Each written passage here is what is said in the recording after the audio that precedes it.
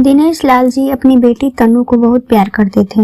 उसकी जो भी मांग होती पलक झपकते पिता दिनेश लाल पूरी कर देते। बच्ची थोड़ी जिद्दी और कामचोर स्वभाव की हो गई। वह अपने घर में किसी को कुछ नहीं समझती और किसी का कहा भी नहीं मानती थी। उसे अगर कोई कुछ कहता तो वो फट से किसी को भी अनाप शनाप बोल देती थी। अपनी माँ को भी वह जब देखो तब डांट देती थी और अगर माँ उसे डांटती या कुछ कहती तो दिनेश लाल जी अपनी पत्नी को ही बोलने लगते, पर अपनी बेटी को कभी कुछ नहीं कहते। उनकी पत्नी दिनेश लाल को बहुत समझाती और कहती कि बच्चों को लाड प्यार करना चाहिए, पर इतना भी नहीं कि वो बिगड़ जाएं। उन्हें अपने बच्चों को अच्छे बुरे के लिए डांटना समझाना चाहिए, इतना भी नहीं बच्चों से प्यार करना चाहिए कि बच्चे बिगड़ जाएं। पर दिनेश लाल अपनी पत्नी को ही डांट देते और ये कहते कि अभी बच्ची है, बड़ी होगी तब वह समझदार हो जाएगी, अभी उसका बचपना है और बदमाशियां बच्चे ही करते हैं थोड़ी।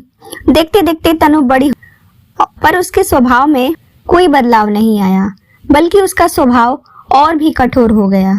दिनेश लाल को अपनी बेटी की अब शादी की चिंता होने लगी। वो अपनी बेटी के लिए कई जगह रिश्ता देखने लगे। खोजते खोजते उन्हें एक अच्छा और योग्य वर मिल गया। उनकी पत्नी कहती कि अच्छा रिश्ता तो इसके लिए देख रहे हो, पर बेटी कहीं टिक पाएगी? ये कितनी जिद्दी, किसी को कुछ नहीं समझती। पर दिनेश लाल जी पत्नी की बातों का कोई जवाब नहीं देते। वो अपनी बेटी की शादी बड़ी धूमधाम से कर देते हैं और शादी में किसी तरह का कोई कसर नहीं छोड़ते। दान दहेज भी अच्छा खासा देते हैं। सब कुछ अच्छे से हो जाता है। बेटी विदा होकर अपने ससुराल चली जाती है। 1-2 दिन तक तो सब कुछ ठीक ठाक चलता है, पर 3-4 दिन के बाद ससुराल वाले उसके व्यवहार से एकदम आश्चर्यचकित हो जाते हैं। वे अपने ससुराल में किसी से ठीक से व्यवहार नहीं करती। किसी काम को ससुराल वाले कहते तो वह तुरंत बिना सोचे समझे मना कर देती और देवर ननद से तो बिना बात के लड़ने झगड़ने लग जाती। जब मन तब टीवी देखती, जब मन तब सोकर उठती। उसके ऐसे रवैये से उसके सास ससुर बहुत परेशान हो जाते हैं। सास उसे कुछ कहती या उसकी हरकतों को लेकर कुछ जब उसे डांटती तो तन्नू पूरा घर सर पर उठा लेती। एक दिन सब आदतों से परेशान होकर सास उसके पापा को बुलाती है। अगले दिन पिता दिनेश लाल अपनी बेटी को लेने आते हैं, पर तन्नू के ससुराल में उनसे कोई ढंग से सीधे मुंह बात नहीं करता। दिनेश लाल जी तन्नू की सास से कहते हैं कि बहन जी तन्नू बेटी को मैं ले जाऊं, 1 हफ्ते बाद छोड़ने आऊंगा।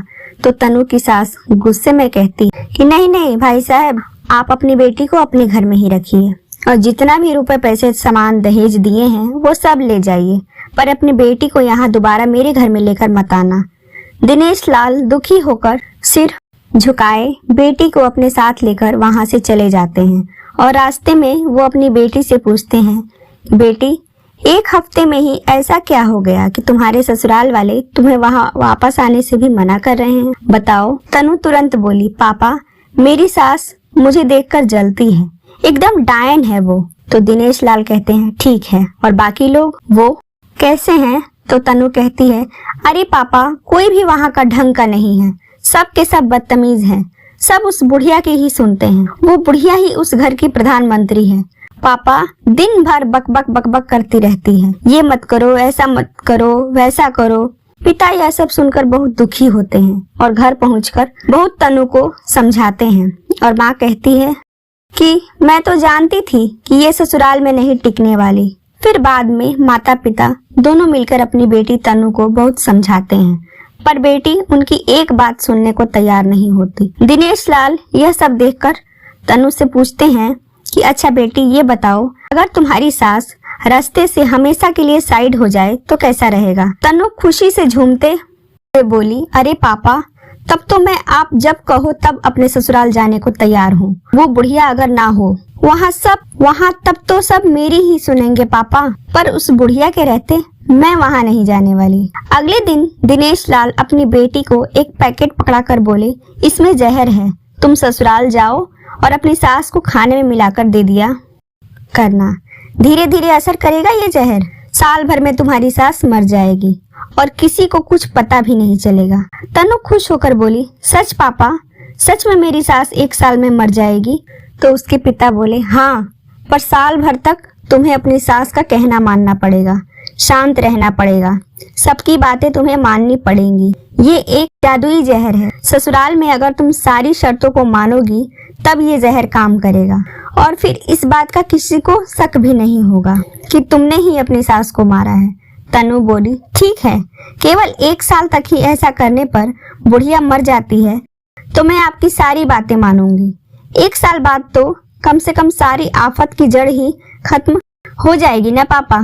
तनु ससुराल जाने को तैयार हो गई।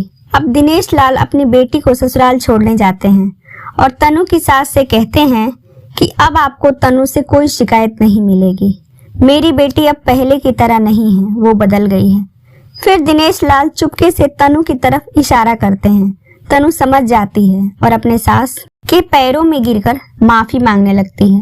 यह सब देखकर सास सोच में पड़ जाती है कि ये ऐसे कब से व्यवहार करने लगी। फिर वो दिनेश लाल को एक मौका दे देती है। अब तनु ससुराल में एकदम अच्छे से रहने लग जाती है क्योंकि उसको अपने पापा की बात याद रहती है कि अच्छे से ससुराल में रहोगी तभी वो जादुई जहर अपना काम करेगा।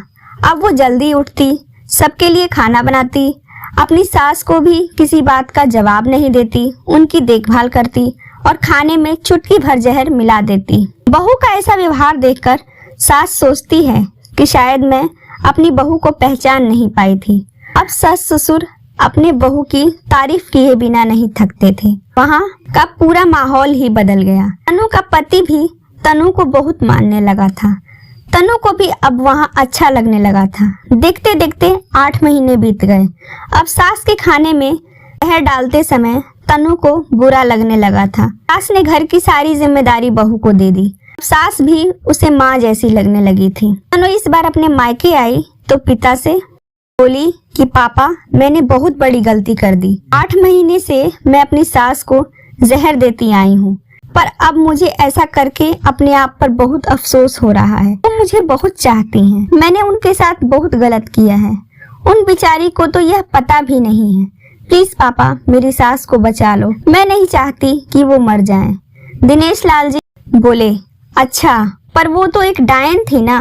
तन्नू बोली, प्लीज पापा, उनके बारे में ऐसा मत बोलिए। वो तो मेरी माँ से भी अच्छी हैं। ऐसा बोलकर वह रोने लगी।